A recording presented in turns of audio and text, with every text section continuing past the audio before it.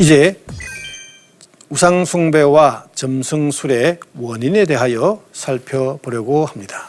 여기에는 제가 두 가지로 나눠봤습니다. 먼저 철학적인 원인에 대하여 살펴보려고 하는데, 출애굽기 32장에는 금송아지를 만들면서 우상숭배를 하는 사건이 발생하는데, 이스라엘 백성들이 시내산에서 머물고 있는 동안 모세가 하나님의 말씀을 받기 위하여 산 정상에서 구름 속으로 들어갔습니다. 그리고 오랫동안 머물러 있었습니다. 그런데 모세가 돌아오지 않자 아론과 이스라엘 백성들은 지도자가 없어졌다는 이 사실에 대하여 우리를 인도해 줄 하나님이 없어졌다고 과장해서 그들이 주장하게 된 것입니다.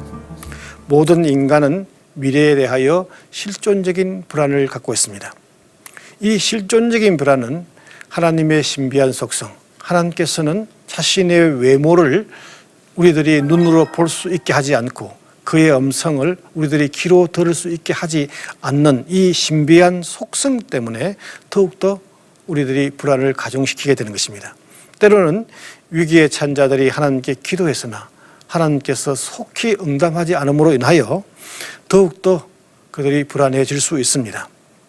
그런데 출애굽기 32장에서 눈에 보이지 않는 하나님으로 인하여서 자신들은 눈앞에 대기되어 있는 만들어진 신을 원했던 것입니다. 그러나 실제적인 원인에 대하여 한번 살펴보려고 합니다.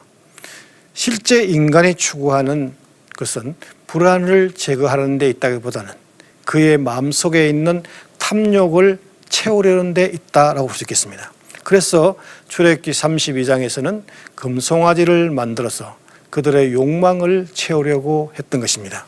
금송아지에는 두 가지의 욕망이 한 형상 안에 잘 담겨져 있습니다.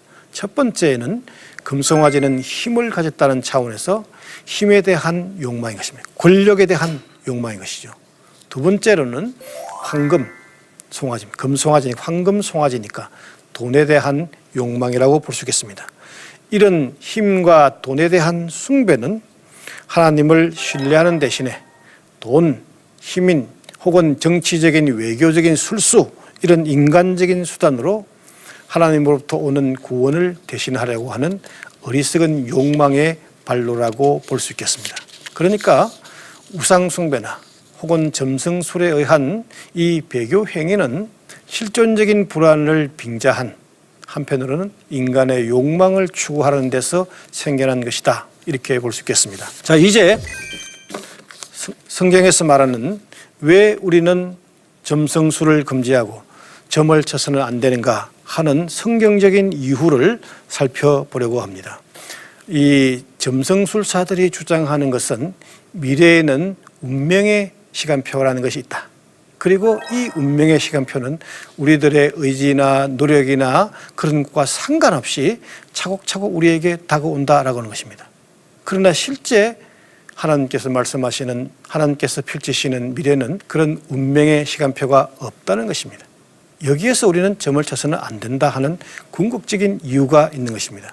그러면은 누가 미래를 어떻게 결정할 것인가 하는 것입니다. 이 점과 관련해서 성경의 말씀을 한번 살펴보려고 합니다. 모세가 하나님께 가서 이스라엘 백성들이 누가 너를 보냈느냐라고 물으면 제가 무엇이라고 답을 해야 합니까? 당신의 이름이 무엇입니까? 라고 물으니까 하나님께서 답을 한 내용 속에 나는 에흐예 아셰르 에흐예다, 나는 스스로 존재하는 자다 라고 했습니다. 이 말은 요 말의 뜻을 잘 번역했다기보다는 희랍적인 이해를 잘 표현해 준 것이다 라고 할 수 있습니다. 그러니까 요 말 속에 에흐예라는 동사의 원형은 하야인데, 하야는 있다, 존재하다라는 표현이고 그 말을 가지고 스스로 존재하는 자다라고 해석한 것입니다. 나는 있게 될 것이다라는 말은 두 가지의 의미를 우리가 살펴볼 수 있습니다. 첫 번째로는 하나님께서 여시는 미래는 아직 결정하지 않았다. 다시 말하여 하나님께서 펼치시는 미래는 운명 결정론적으로 정하지 않는다 하는 것입니다. 둘째로는 이 15절에 이 이름의 뜻을 나는 선조의 하나님과 동일한 하나님이다 라고 부연 설명해 줬습니다. 이 말은 뭐냐면 하나님께서는 그의 백성과 언제나 동행하시는 하나님이다. 동행의 하나님이다는 것이죠. 그러니까 나의 미래는 아직 결정하지 않았다는 말과 언제나 동행한다는 말을 둘을 결합하면 이렇게 될 수 있습니다. 하나님께서 펼치실 미래는 그의 백성의 행동에 따라서 결정된다라고 할 수 있습니다.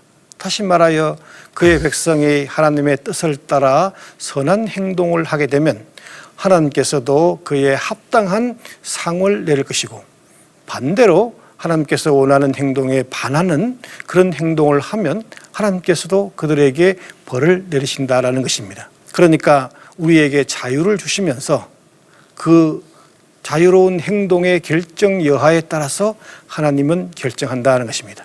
자, 이제 우리가 운명 결정론에 대하여 조금 더 자세히 살펴보려고 합니다. 점쟁이들이 말하는 운명의 시간표는 존재하지 않는 것을 말했으니까 그건 무시해도 좋은 것입니다. 그럼 미신이고 무속적인 것이니까 무시할 수 있습니다. 그런데 이와는 좀 다른 종류의 운명 결정론이 하나 있습니다. 제가 예를 들면 자본이 많은 사람과 또 자본이 조금 적은 사람들 사이에 경쟁을 하면 누가 승리할 것인가 라고 질문하면 그건 답변할 수 있습니다. 통상적으로 말하면 자본이 많은 사람이 혹은 강한 사람이 약한 자와 싸웠을 때 승리할 확률이 높다라고 말할 수 있습니다. 그러니까 이 합리적인 운명 결정론에 대해서는 우리가 무시해서는 안 되는 것입니다. 어찌 보면은 우리의 이 땅을 지배하는 하나의 규범이기도 한 것입니다. 그러나 반드시 미래가 그렇게 결정되지는 않습니다. 합리적인 운명 결정론이라고 해서 우리의 미래가 부자가 반드시 승리하고 강한 자가 반드시 승리하고 그렇지는 않는 것입니다. 무엇보다도 수많은 변수가 있고 가장 중요한 것은 하나님께서 우리에게 자유와 희망을 준 것입니다. 이 희망이라는 것은 미래를 새롭게 변화시킬 수 있고 극복할 수 있고 능가할 수 있다는 것입니다. 우리의 이 땅의 법칙을 극복할 수 있는 가능성을 열어준 것입니다. 그 증거로 예수님께서 십자가에 돌아가셔서 그는 고난받으시고 돌아가셨습니다. 세상적인 법칙에 의하면 그는 패배자인 것입니다. 그러나 하나님의 법칙에 의하면 그는 우리의 죄를 용서해 주시고 새로운 승리와 새로운 부활을 준 것입니다. 우리에게 자유와 희망을 주어서 그 미래를 하나님께서 열어두셨다 하는 것입니다. 자, 이제 오늘의 적용점을 한번 살펴보려고 합니다. 21세기는 미래를 예측하는 시대라고 볼 수 있겠습니다. 우상 숭배나 점성술과 같은 거짓된 수단으로는 결코 우리의 미래를 올바르게 예측할 수 없습니다. 그 뿌리에는 인간의 탐욕이 있기 때문인 것입니다.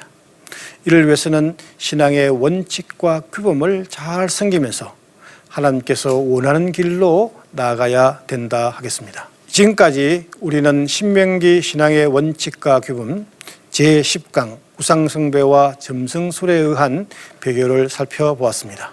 다음 시간에는 신명기 신앙의 원칙과 규범 제11강 절기와 축제에 대하여 살펴보겠습니다. 지금까지 저의 강의를 경청해 주셔서 감사합니다.